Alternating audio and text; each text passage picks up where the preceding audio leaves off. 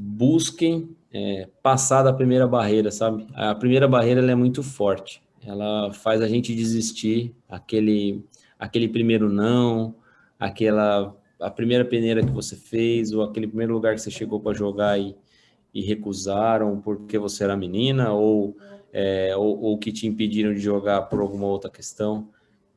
Vence essa primeira barreira, insista, você tenha resiliência em relação a isso, independente da sua idade.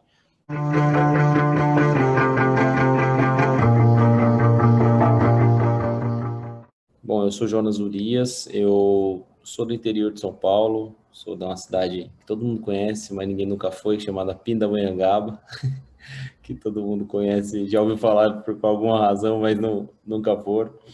E eu saí de lá para estudar esporte na Universidade de São Paulo, e onde eu fui bacharel, sou bacharel e iniciei meus trabalhos com futebol, como auxiliar técnico e treinador lá dentro das atléticas da USP, né? E por lá treinei equipes universitárias masculinas por um tempo, até receber o convite do Arthur Elias, hoje treinador do Corinthians, multicampeão. Ele era supervisor e treinador da categoria principal do Centro Olímpico na época, e ele me convidou para ser auxiliar técnico da categoria sub-15, né? E no momento eu trabalhava apenas com universitário, mas eu tinha muito interesse em trabalhar com esporte de alto rendimento, né? Então foi uma oportunidade de conhecer o esporte de alto rendimento, de me inserir no ambiente de treinamento em si, na formação de atletas, né? Coisa que eu ainda não havia experienciado. Então, aceitei prontamente o convite dele e me envolvi com profissionais extremamente engajados, profissionais que hoje, não à toa, estão todos aí na linha de frente do futebol feminino, fazendo trabalhos fabulosos, né, como o Lucas Piscinato no São Paulo, o Rodrigo Coelho no Centro Olímpico, o Arthur, e praticamente toda a comissão técnica do Arthur veio do Centro Olímpico, estava lá com a gente desde o início. Então, convivi com pessoas muito que respeitavam muito a modalidade, que se dedicavam muito. Eu aprendi, primeiramente, a trabalhar com o futebol feminino dessa forma e aprendi a amar a modalidade através, principalmente, do que representava a dedicação daquelas atletas, né? Porque era diferente, né? Era algo especial. O que dizem do futebol masculino de muitos anos atrás, infelizmente, quando o feminino ainda era proibido, mas se falava que jogava por amor, coisas assim, extremamente românticas, que a gente não consegue, às vezes, nem imaginar isso hoje, né? Sendo possível. A gente via isso lá nas categorias de base do Centro Olímpico. Então, isso me cativou. Eu acho que o meu perfil, de alguma forma, favoreceu também para que desse um link. E então eu permaneci, logo assumi a sub-15, logo criei a sub-13, me tornei treinador da sub-15, 13, aí depois a 17 e sub-20, que não tinha, criamos também. E até que em 2016 o Arthur foi para o Corinthians e eu assumi a equipe principal do Centro Olímpico, né? E a gente optou por manter uma equipe sub-20 para disputar os campeonatos adultos, né? Fomos muito bem na primeira fase do Campeonato Brasileiro. Na época era um modelo diferente de hoje em dia. Hoje em dia são muito mais jogos, né? Naquela época eram apenas 4 jogos para classificação e a gente caiu com Rio Preto e Corinthians no grupo. Ficou um pouco pesado para a gente, mas a gente ainda conseguiu um empate com o Corinthians, perdemos de um gol do Rio Preto, vencemos o América Mineiro e o Vasco, empatamos fora. Então foi uma campanha interessante e já deu uma embalada na equipe, assim, do que poderia estar por vir, né? Na sequência daquela temporada fomos campeões da Copa Ouro, lá na Vila Belmiro contra o Santos, e fomos semifinalistas do Campeonato Paulista, coisa que o Centro Olímpico não conseguia fazer desde 2013. Então, significou muito para a gente. Há 3 anos o Centro Olímpico não chegava na semifinal e nós, como equipe sub-20, chegamos. Fui agraciado com a eleição do melhor treinador do Campeonato Paulista. Foi a primeira vez que teve premiações individuais no Campeonato Paulista, né, organizado na época pela Pellegrino, pela Aline. E aí, ao final do ano, recebi um convite para ir para o Esporte Clube do Recife, assumir a equipe profissional do futebol feminino lá, que eles estavam profissionalizando a modalidade, algo que era totalmente novo ainda, era muito raro, né? Apenas o Santos e o América Mineiro tinham uma equipe profissionalizada, e eu aceitei em 2017, e foi uma aventura fantástica, onde eu cresci muito, aprendi muito, conheci muitas atletas, disputei o Campeonato Brasileiro Série A1 por 2 temporadas completas, até o fim do projeto, onde infelizmente, por questões financeiras, o clube fechou as portas lá do futebol feminino profissionalizado, e eu, então, fui aproveitar esse meu tempo para evoluir como profissional de outra forma, né? Realizei a licença B da CBF até ser convidado para a seleção feminina sub-20, né?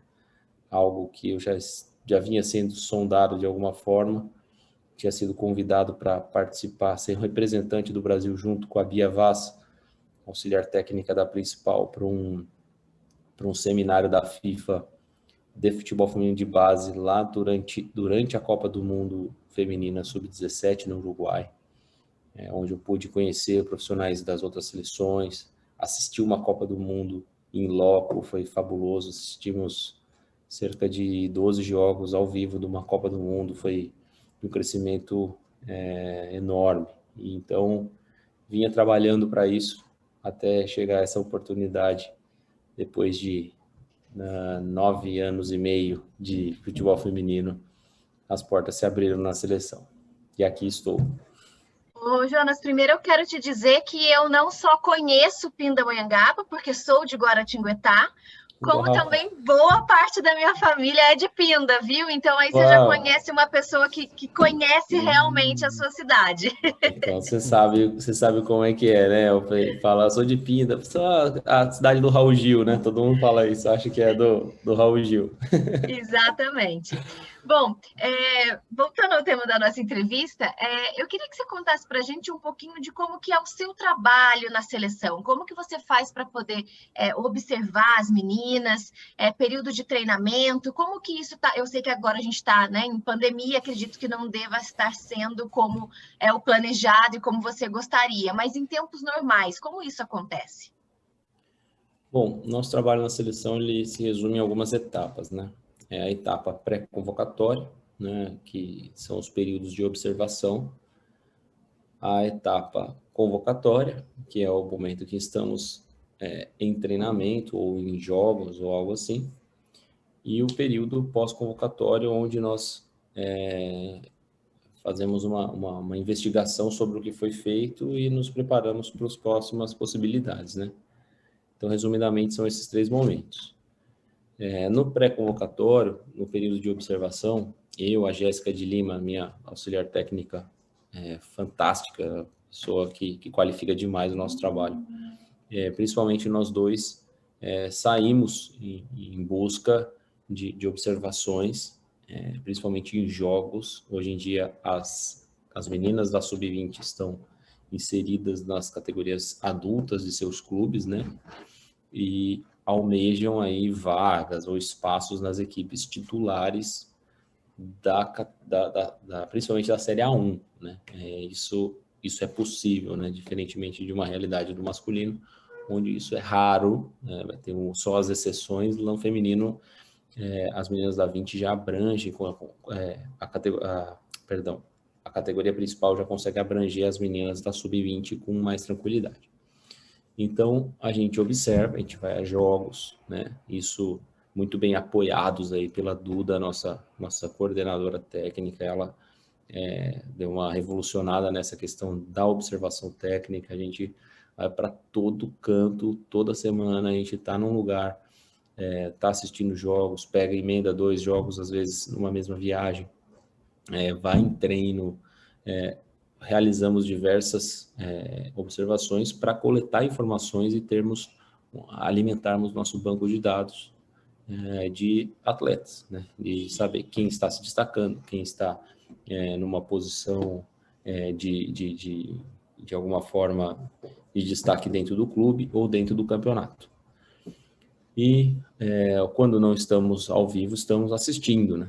Nós temos algumas plataformas de análise que favorecem a gente conseguir assistir as meninas online, né? Claro. E, bom, então é isso. Tendo o campeonato, a gente continua fazendo nossas viagens, testa Covid 3 vezes por semana e realizamos nossas viagens, né? Enfim, e aí chegou o momento que a gente decide, vai ser a lista de tais e tais atletas, decidimos quem são, né?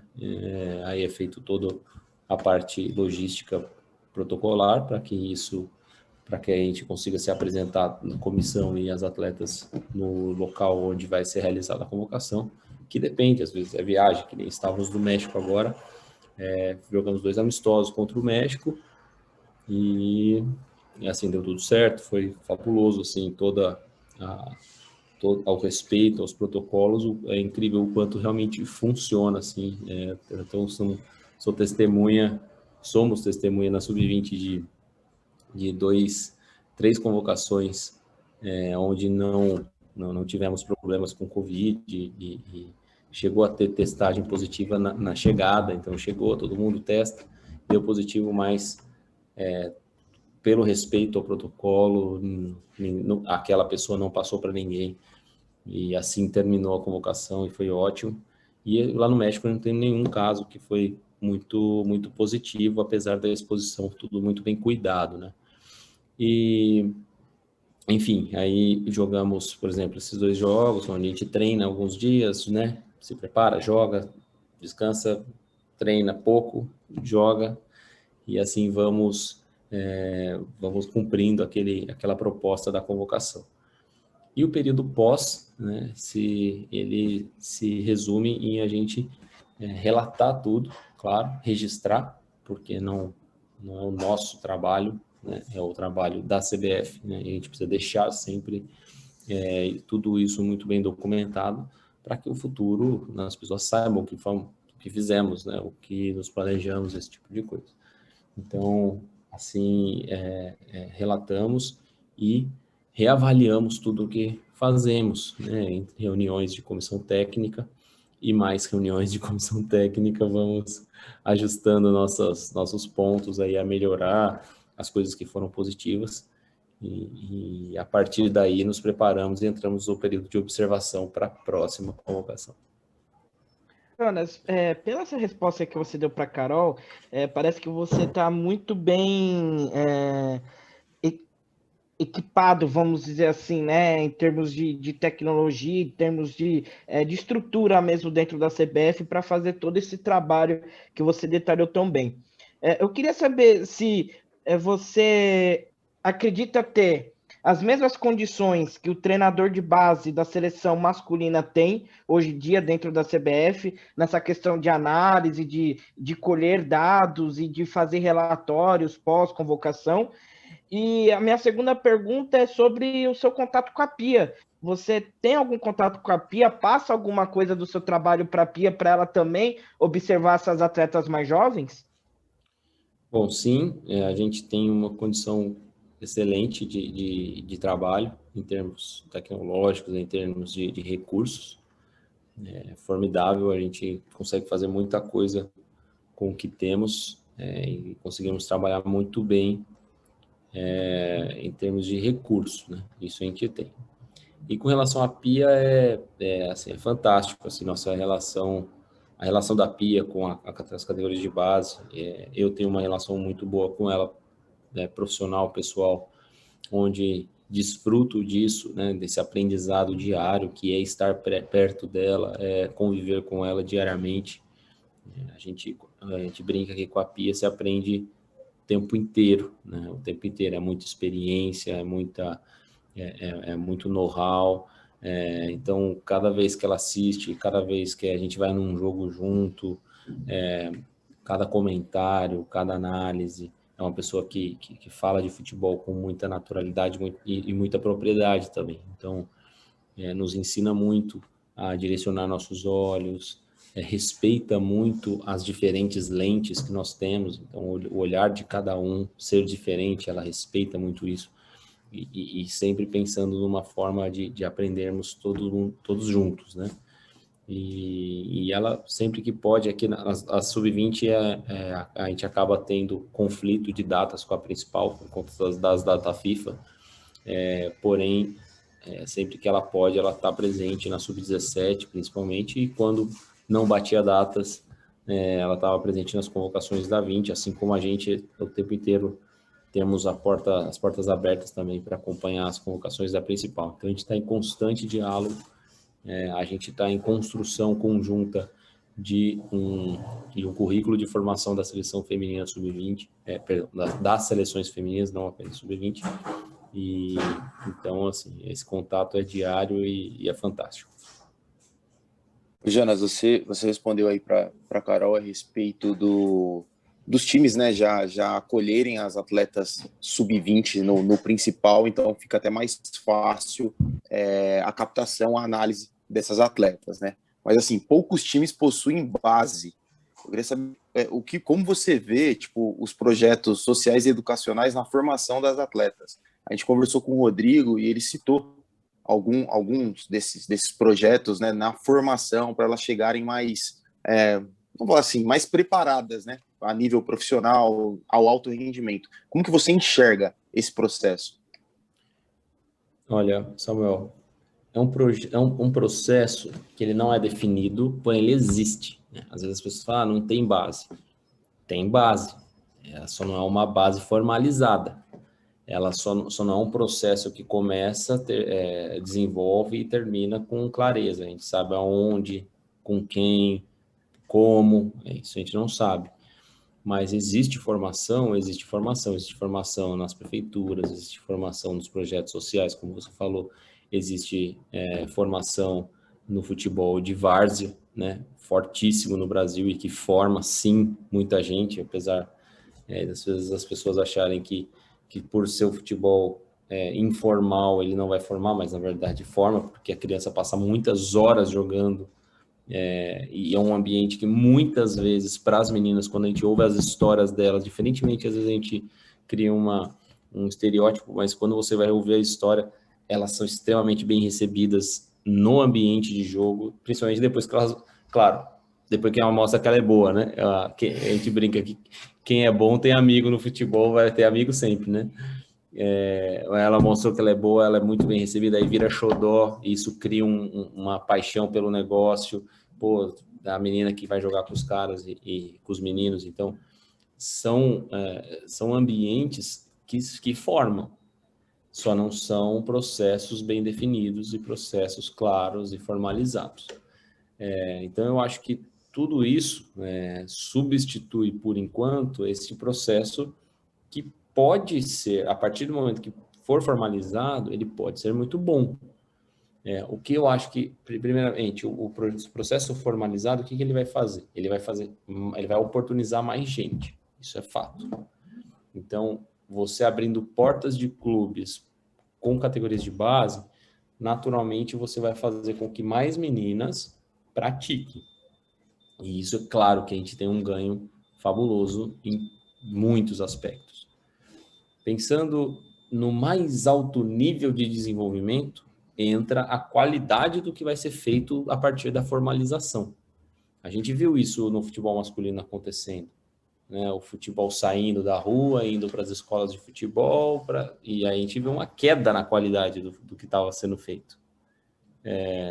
E até que eu acho que agora estamos iniciando uma recuperação em termos de qualidade desse trabalho formativo, né? Então, tirar a criança, às vezes, da rua lá, não estou falando da rua no sentido social, estou no sentido esportivo, né? Tiraram a menina do ambiente informal de prática, tiraram o menino, e colocaram ele na filinha para finalizar uma bola a cada 2 minutos no futebol da escolinha, né? E aí, qual ambiente formava mais, né?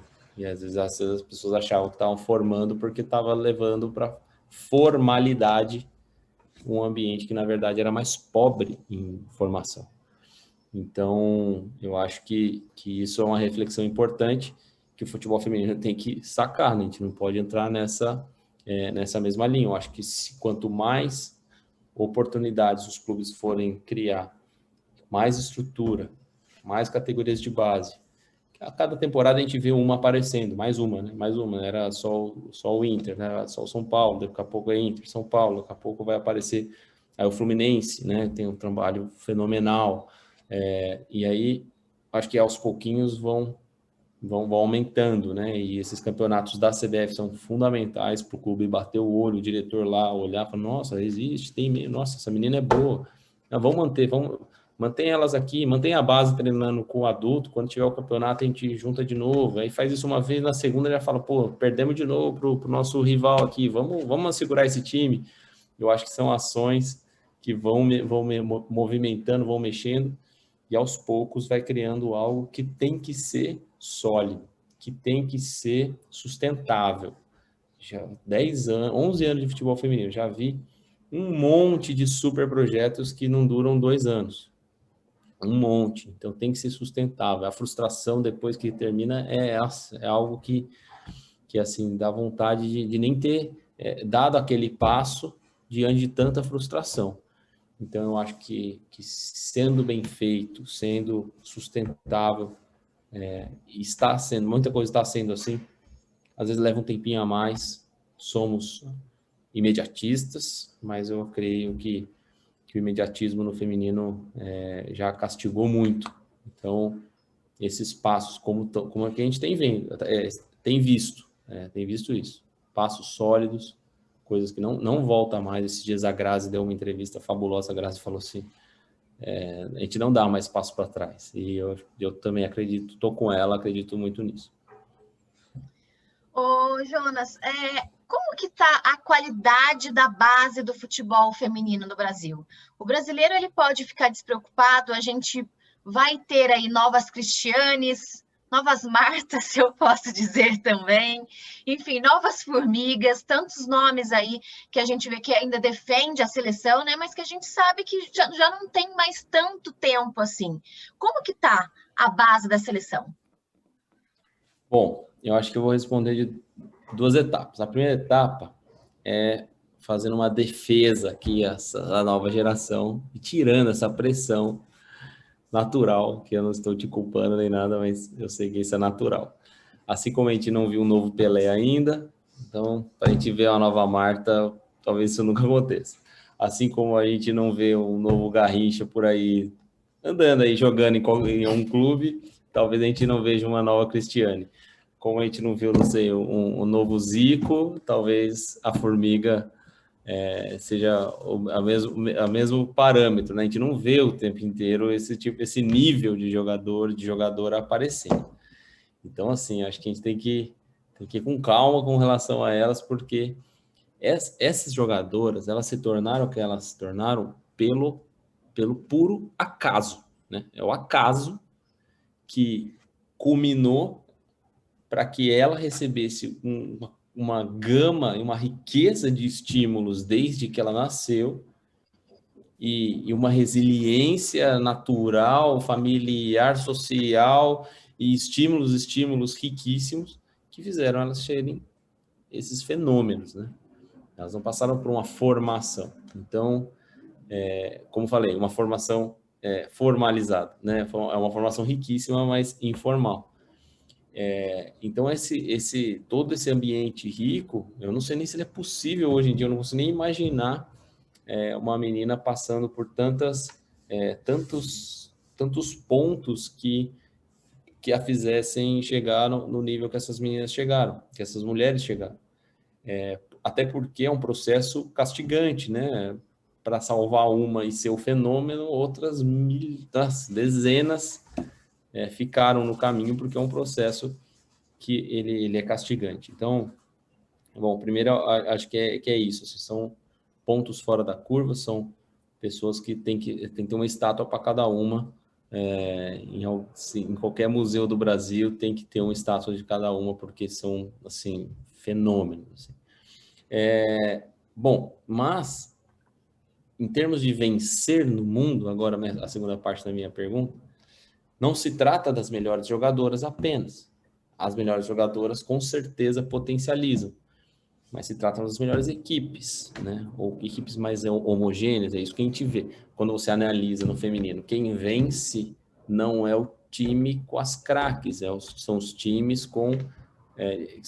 todo mundo é bom, né? Todo mundo tem uma qualidade X, todo mundo é competitivo. E às vezes você tem uma jogadora lá que desponta, que decide um jogo. Assim foi a Alemanha da Prinz, assim foi a própria Suécia da Pia, assim foi os Estados Unidos da Mia Hamm, lá nos anos 90, assim foi os Estados Unidos um pouco mais recente, com a Ambach ou a Lloyd, né?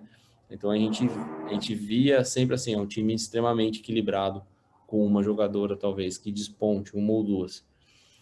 Então eu acho que quando a gente vai para esse lado de equilíbrio, a gente está num bom caminho na base. A gente está num bom caminho na base. A gente tem visto isso cada vez mais, menos atletas desequilibrados, eu estou usando totalmente entre parênteses, até pode soar estranho isso, atletas com... a gente tem visto atletas mais balanceados, assim, que dominam mais partes do jogo e são competentes em mais partes do jogo, e talvez não atletas que são especialistas fora de série em uma coisa, porém deixa a desejar em outros pontos.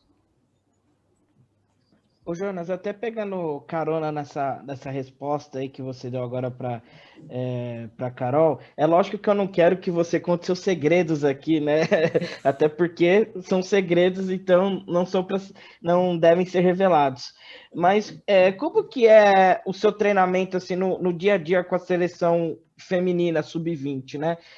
Eu pergunto isso porque a gente, como a Carol disse, né, antes de a gente começar a gravação, a gente já entrevistou outras pessoas perguntando sobre estilo de jogo, sobre métodos de treinamento, e eu queria saber como que você faz para chegar nessa equipe mais homogênea que você citou na resposta anterior, e eu queria também saber se por mais que já sejam jogadoras que estejam atuando em times profissionais, como você citou, né, anteriormente, você ainda faz algum trabalho de posicionamento, um trabalho mais técnico também, de movimento do corpo, de saber se a companheira é canhota, é destra, de saber como que a adversária gira para poder marcar melhor. Você consegue fazer esse tipo de trabalho também, mesmo as mulheres já estando jogando em nível profissional? Bom, na verdade, assim, treinar seleções é uma questão de prioridades. Assim, você não tem tempo para treinar muito, então você tem que ter prioridades. Assim, se você tentar treinar tudo, o que vai acontecer, você vai perder qualidade do que você está fazendo. Então, nosso processo na Sub-20, eu estaria sendo injusto aqui tentando resumir ele, porque eu confesso que é um pouco complexa a nossa visão do que fazer para atingirmos e termos o maior impacto possível na equipe e nas atletas. Mas talvez eu iria, resumidamente, uma mescla aí de humanização, identidade e estado de jogo. A gente usa basicamente esses tem 4 pilares, humanização, identidade, construção coletiva e estado de jogo. A gente junta esses 4 pilares em praticamente tudo que nós fazemos. Então, humanização é tratar cada uma como o ser especial que é, as individualidades com o máximo cuidado possível, para que a atleta sinta-se plena no seu máximo para o seu máximo desempenho todos os treinos. Então, a questão, ou em todas as atividades, né? Na seleção a gente tem 9 dias, uma data FIFA ela vai ter 9 dias. 9 dias, isso numa realidade de clube, a gente está falando de 1 semana e meia de trabalho, né? Se no clube, os treinadores às vezes, no feminino não é o caso, mas a gente ouve treinador reclamando que não teve pré-temporada, que só teve 2 semanas de pré-temporada, você pensa 9 dias com atletas que você não conhece, né? Diferentes. Essa última convocação a gente teve 7 novas atletas em comparação com a anterior. Então, não é fácil você formar uma equipe num modelo de processo, de construção de time, com a ideia de um clube. Você tem que se adaptar a isso. Não tem pra onde correr, você tem que se adaptar a isso. Não tem como você convocar a seleção um mês. Não dá. Não dá porque a gente invade calendário de clube, né?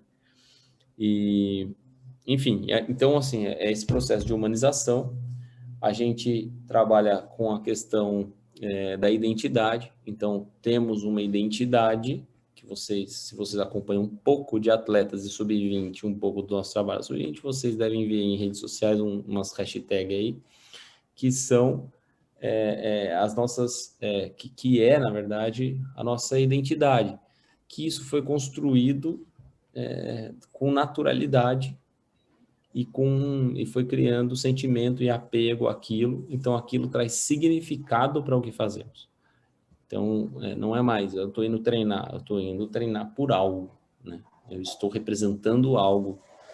E quando a gente fala, mas, pô, já está representando a seleção, para que precisa de mais alguma coisa? Tá bom, isso é o que a gente escreve aqui, é o que a gente fala, mas e na vida real, né? Todos os dias nós trabalhamos de bom humor, felizes, ok, prontos para tudo, ou tem o dia ruim, né? Então, e atleta também, assim como um grupo de trabalho também. Então, a identidade é o que vai trazer algo a se apegar, né? E trazer todo mundo para o mesmo ponto. A construção coletiva, que é uma forma de emancipação das atletas e uma forma de fazer com que a construção da forma de jogar esteja vinculada à pessoa e seja parte de quem ela é, e não algo imposto ou apenas proposto, e sim construído, né? É como vocês 3 organizando a entrevista comigo, e ao invés de ser um que vai dizer assim, é isso aí, você vai falar isso, ok. E a diferença de cada um definir as suas falas dentro de um combinado geral. Cada um definir as suas perguntas. Você não vai esquecer nunca daquela pergunta, porque foi você que construiu ela. Você vai trazer algo especial, você vai trazer uma emoção e uma criatividade dentro daquela pergunta, porque ela veio de você, não foi imposto. Pensa a mesma coisa para o jogar.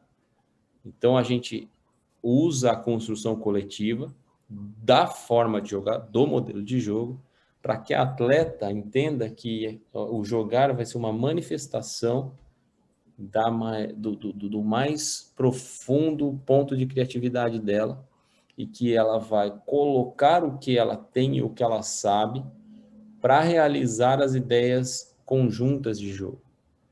Diferente de eu chegar e falar, o Brasil joga assim, você tem que fazer isso, faça assim é bom, nunca faça isso, sempre faça isso, ou algo do tipo.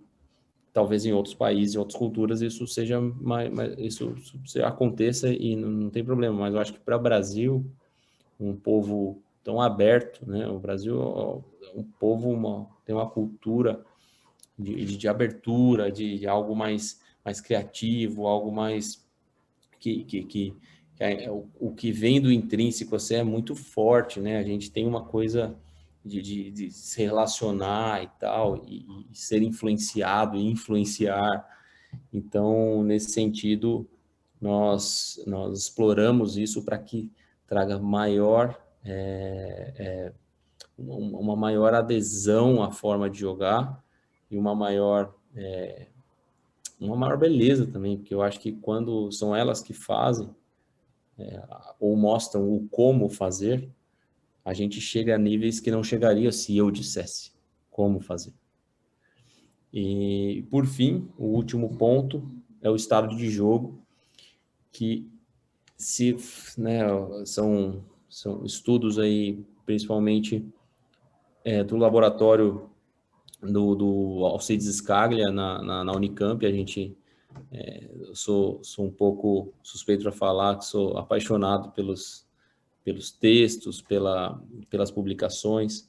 Nosso analista de desempenho é parte do laboratório, o Christian Lizana, e contribui muito para a gente com o nosso trabalho, nessas reflexões do treinar, né? A teoria do jogo, né? A pedagogia da rua, a pedagogia do jogo. Então, nós trazemos muito disso para o nosso ambiente de trabalho, a fim de fazer com que um treino ele signifique 10 treinos, né? Para que a gente consiga fazer em pouquíssimo tempo, traçar prioridades, colocar os atletas em estado de jogo, ou seja, propor um ambiente de aprendizagem onde o engajamento vai ser natural e total, né? Que não seja presta atenção, concentra, são coisas que não vão passar. O exercício já tem que manter a atleta concentrada por si, e não a gente pedir para que ela se concentre, né? Trazermos qualidade das escolhas dos exercícios e do ambiente de aprendizagem, e dali, daquela proposta, a gente colhe as informações. E aí, fora do campo, a gente vai para o ajuste. Aí, fora do campo, vem aqui, ó, tá vendo esse posicionamento, como você sugeriu, Vinícius? Tá vendo esse posicionamento? Ó, se você for por aqui, talvez você... O que você acha? Não, realmente, quando ela vem por aqui, se eu sair por aqui, vai ser melhor. Você acha isso? Acha isso. Legal. Aí a outra vai olhar e falar assim, não, mas se eu fintar aqui e jogar o cabelo para cá, eu dou de letra e saio para o outro lado. Maravilhoso, é você, entendeu? Então, a gente mantém aberto, a gente mantém criativo e faz esses ajustes num outro ponto, não no ponto do treino campo, mas nas análises e nos feedbacks. Ô, Jonas, a gente comentou aqui, né, da dificuldade da base nível Brasil, né? Mas se pensar, né, em grandes potências do futebol feminino, a base já está melhor desenvolvida. Nós temos atletas brasileiras jogando na base lá fora. Como que é feito o monitoramento disso? E quando essa atleta vem para o Brasil numa convocação, ou até uma atleta que já está no profissional com idade sub-20 vem, ela vem diferente, vem assim, acima das atletas que estão jogando aqui, com nível mais alto? Bom, Samuel, primeira coisa, assim, a gente está iniciando agora um processo mais definido de monitoramento das atletas de fora do Brasil, tá? Era algo que era feito por, assim, a sorte de alguém entrar em contato e dizer, tem uma atleta, ok, beleza, a gente monitorar. Antes era assim. Agora, principalmente algumas medidas que a Duda tem tomado, ela tem se preocupado muito com isso. Ela não quer mais perder atletas jovens para outras nações, né? E, ao mesmo tempo, quer, quem sabe, captar atletas que têm dupla nacionalidade e possam ser, na dúvida ali, beleza, vou para o Brasil, que é o caso, por exemplo, da Ivana Fuso, que esteve com a Pia aí esses tempos atrás, que ela é brasileira e alemã, né? A Ivana foi camisa 10 e capitã da seleção sub-17 no Mundial do Uruguai. E alemã, né? Então, você pensar que você está captando a capitã camisa 10 de uma seleção alemã, que assim, franca, sempre favorita em chegar nas competições internacionais, e ela vem para cá e curtiu, né? Você vê nas redes sociais, você vê o contato dela pessoal lá, ela amou. Então, também a gente está colocando um pouco mais essa pimenta aí nessa questão, né? Estamos tentando ir no coraçãozinho também de algumas meninas que podem jogar por 2 países. Então, Enfim, é um processo que ele tá recente, tá, Samuel? Assim, a gente tem iniciado agora um monitoramento mais sério. Foi realizada lá nos Estados Unidos, durante a She Believes, um camp onde se inscreveram aproximadamente 90 atletas que potencialmente podem servir à seleção brasileira, né? Isso abriu portas, eu recebi contato direto de atletas de lá via as redes sociais depois dessa realização desse evento. Muita gente, a gente teve gente da CBF School lá presente, que realizou relatórios onde a gente tem vídeo das atletas, onde a gente tem todos os dados delas. Então, assim, é um monitoramento que está ganhando corpo agora. Eu creio que a partir daí será feito em Portugal, será feito, quem sabe, na Ásia, e a gente conseguir ter algo mais sólido. Daqui a um ano, mais ou menos, a gente tenha um monitoramento fera, adequado em relação às meninas que estão por aí nas bases do mundo, né, que a vida levou elas para outro lugar, porém elas são brasileiras de alguma forma, filhas de brasileiros, e elas podem servir a seleção. E em relação a como chegam, geralmente as meninas que são formadas fora, elas chegam mais atletas. Então, assim, são meninas que têm uma consciência do ser atleta mais bem definida. Não necessariamente os recursos técnicos táticos, as soluções técnicas e táticas, mas o ser atleta faz muita diferença no altíssimo nível. Então, assim, dentre ela e alguém que tem talento, mas não tem o ser atleta, pode ter certeza que a de fora, a menina que está vindo de fora, vai chegar no nível mais alto. Talvez, se as nossas atletas se desenvolverem o suficiente para serem atletas verdadeiras a nível world class, e talvez o talento pode ser que apareça algo mais interessante por aqui. Ô, Jonas, a nossa entrevista está chegando ao fim, então eu vou pedir para você deixar um recado para as meninas que querem se tornar atletas profissionais. O que você pode falar para elas já há tanto tempo aí, com tanta passagem por base, por clubes aí com características, tenho certeza que diferentes, né? Cada clube traz a sua essência. O que você pode dizer para essas meninas que sonham? Bom, meninas, eu queria dizer para vocês, a primeira coisa, busquem passar da primeira barreira, sabe? A primeira barreira ela é muito forte, ela faz a gente desistir, aquele primeiro não, a primeira peneira que você fez, ou aquele primeiro lugar que você chegou para jogar e recusaram porque você era menina, ou que te impediram de jogar por alguma outra questão. Vence essa primeira barreira, insista, você tenha resiliência em relação a isso, independente da sua idade, né? Ou às vezes é dentro da família. Então, lute para vencer essa primeira barreira. Vencendo a primeira barreira, eu tenho certeza que as coisas vão melhorar, as portas vão se abrir.